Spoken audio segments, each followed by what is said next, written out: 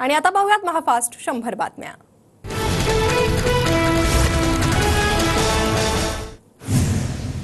निवडणूक अधिकाऱ्यांकडून देवेंद्र फडणवीसांच्या बॅगेची तपासणी। फडणवीसांच्या बॅगेची तपासणी करतानाचा व्हिडिओ समोर। केंद्रीय गृहमंत्री अमित शहांचा थोड्याच वेळात चाळीसगावमध्ये सभा, तर मेघना बोर्डीकरांच्या प्रचारार्थ दुपारी 3 वाजता जिंतूरमध्ये सभा। योगी आदित्यनाथ यांची पोहरादेवी सभा। कारंजा विधानसभा मतदारसंघातील भाजपा उमेदवार सई डहाके यांच्या प्रचारासाठी सभेचं आयोजन।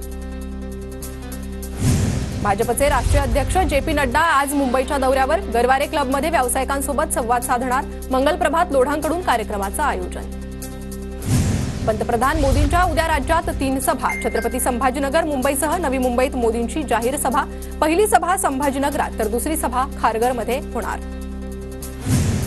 मुंबईतील 36 विधानसभा मतदारसंघासाठी आरएसएस मैदानात संघाच्या 72 समन्वयकांकडे एक है तो सेफ हेची जबाबदारी। लोकसभा निवडणुकीत फटका बसल्यानंतर आरएसएसचं विशेष लक्ष। ठाकरे गटाला रामराम केल्यानंतर पोहरादेवीचे महंत भाजपच्या वाटेवर। महंत सुनील महाराज योगींच्या उपस्थितीत भाजपात प्रवेश करणार। एकनाथ शिंदे यांच्या आज 3 जाहीर सभा। अंबरनाथ विधानसभेचे बालाजी केणीकर, कल्याण पश्चिमचे विश्वनाथ भोईर आणि कल्याण ग्रामीण विधानसभेचे उमेदवार राजेश मोरे यांच्या प्रचारासाठी सभेचं आयोजन। उद्धव ठाकरे आज सिंधुदुर्ग जिल्ह्याच्या दौऱ्यावर। महाविकास आघाडी उमेदवारांच्या प्रचारार्थ ठाकरेंच्या 3 सभा होणार। सभेची जोरदार तयारी। अजित पवारांच्या आज परभणीच्या पाथरी, बीड आणि गेवराई येथे सभा। महायुतीचे उमेदवार योगेश क्षीरसागर आणि विजयसिंह पंडित यांच्या प्रचारार्थ सभेचं आयोजन। उल्हासनगरमध्ये फडणवीसांची अमृतवेला सत्संग सोहळ्याला उपस्थिती। गुरु ग्रंथ साहिबा डोक्यावर घ्यायला मिळालं, हे भाग्य असल्याचं फडणवीसांची प्रतिक्रिया। आम्ही आमच्या अटी आणि शर्तींवर कुठल्याही सरकारमध्ये जाणार।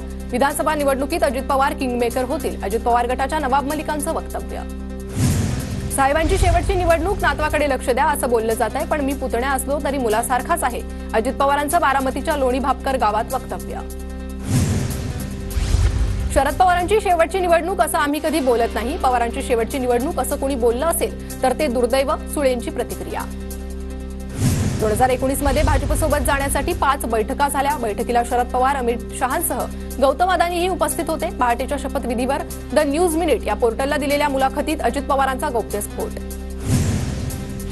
अजितदादांनीच कबूल केलं, शिवसेना राष्ट्रवादी तोडण्यामागे आणि सरकार पाडण्यामागे अदानी। अजित पवारांच्या गौप्यस्फोटानंतर संजय राऊतांचं वक्तव्य।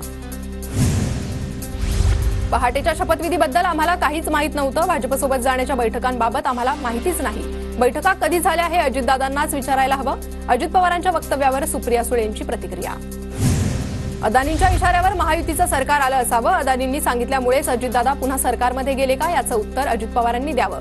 विजय वडेट्टीवारांचा निशाणा। फडणवीसांनी फसवलं, त्यांच्यावर केस दाखल करणार। सिंचन घोटाळ्याच्या मुद्द्यावरून सुप्रिया सुळेंचा निशाणा। फाईल कशी दाखवली याचं मला उत्तर हवंय, सुप्रिया सुळेंचं वक्तव्य। माझ्यात मुख्यमंत्री बदलण्याची ताकद, शिंदे गटाचे आमदार अब्दुल सत्तारांचं वक्तव्य। आम्हाला मराठी भाषा शिकवू नका, आम्ही बाळासाहेब ठाकरेंकडे मराठी शिकलो। संजय राऊतांचं राज ठाकरेंना प्रत्युत्तर। निवडणुकीत मला पैशांची मदत करा, आर्थिक मदत करा। कर्जत जामखेडचे भाजप उमेदवार राम शिंदेंची सोशल मीडियावर पोस्ट, तर 7 ते 10 कोटींची मालमत्ता असणाऱ्यांनी पैसे मागणं हास्यास्पद। रोहित पवारांचा पलटवार।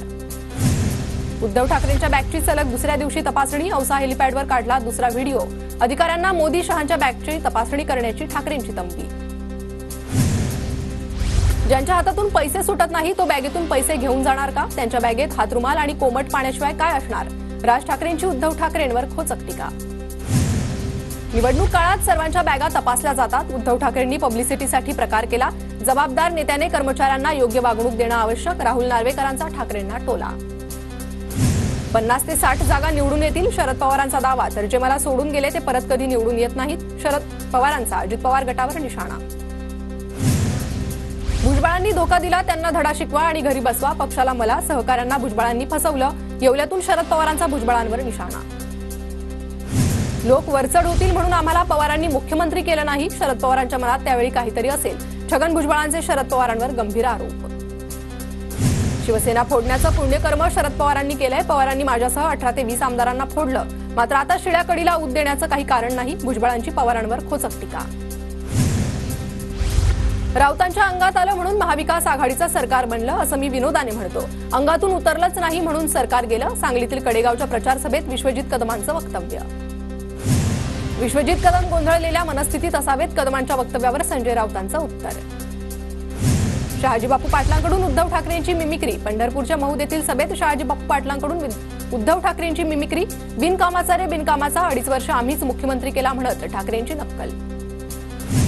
माढ्यात मोहिते पाटलांचा बबनराव शिंदेंना धक्का. जिल्हा परिषद सदस्य भारत शिंदेंचा महाविकास आघाडीचे उमेदवार अभिजित पाटलांना पाठिंबा.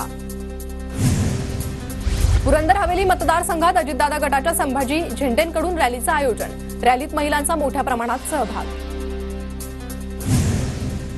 शरद पवारांनी कधी भावनेच्या गोष्टी केल्या नाही. अजित पवार शरद पवारांना मुलासारखेच आहेत. अजित पवारांच्या वक्तव्यावर सुळेंची प्रतिक्रिया.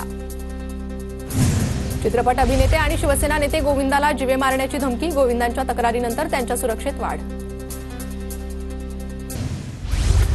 कर्नाटकात या आणि आमच्या योजनांची यशस्वी अंमलबजावणी पहा. कर्नाटकातील काँग्रेस सरकारचं महायुतीच्या नेत्यांना जाहीर निमंत्रण. काँग्रेस कमिटीकडून विमान प्रवास आणि राहण्याची सोय उपलब्ध करण्यात येईल. निमंत्रणाच्या जाहिरातीत काँग्रेसकडून उल्लेख. कर्नाटकातील सरकारचं महायुतीच्या नेत्यांनी निमंत्रण स्वीकारावं. विजय वडेट्टीवार यांचा महायुतीच्या नेत्यांना टोला. इंदापूर मतदारसंघात अपक्ष उमेदवार प्रवीण मानेंच्या प्रचारासाठी पत्नीसह कुटुंबाचा सक्रिय सहभाग. गावागावातील नागरिकांच्या भेटी घेऊन संवाद साधला.